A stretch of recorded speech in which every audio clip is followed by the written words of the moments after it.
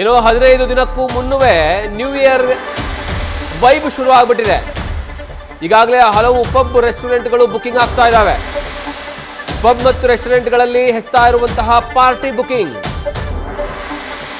ಪಾರ್ಟಿಗಳಿಗಾಗಿ ಹಾಟ್ಸ್ಪಾಟ್ಗಳಲ್ಲೂ ಪೊಲೀಸರಿಂದ ಚೆಕಿಂಗ್ ನಡೀತಾ ಇದೆ. ಹೋಟೆಲ್, ರೆಸ್ಟೋರೆಂಟ್, ಪಬ್ಗಳಲ್ಲಿ ಈಗಾಗಲೇ ಸೆಕ್ಯೂರಿಟಿ ಚೆಕಿಂಗ್ ಮಾಡಲಾಗ್ತಾ ಇದೆ.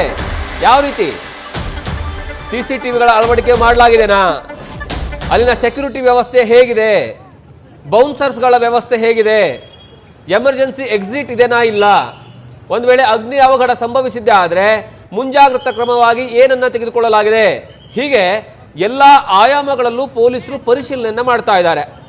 ಕಾರಣ ಏನು ಅಂದರೆ, ಇತ್ತೀಚೆಗೆ ಗೋವಾದಲ್ಲಿ ನಡೆದಿರ್ತಕ್ಕಂತಹ ಒಂದು ಪಬ್ನಲ್ಲಿ ಬರೋಬ್ಬರಿ 25 ಜನ ಅಗ್ನಿ ಅವಘಡದಲ್ಲಿ ಸಾವಿಗೀಡಾಗ್ತಾರೆ.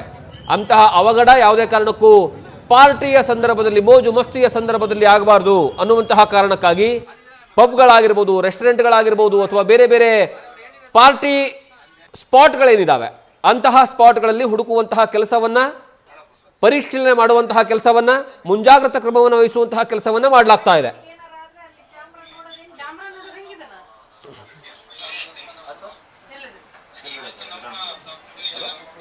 ನೀವು ಈಗಾಗಲೇ ಫೋಟೋದಲ್ಲಿ ಅಥವಾ ವಿಜುವಲ್ಸ್ ಅಲ್ಲಿ ನೋಡ್ತಾ ಇದ್ದೀರಾ ಯಾವ ರೀತಿಯಾಗಿರಂದ್ರೆ ಪೊಲೀಸರು CC ಕ್ಯಾಮ್ರಾಗಳನ್ನ ಚೆಕ್ ಮಾಡ್ತಾ ಇದ್ದಾರೆ.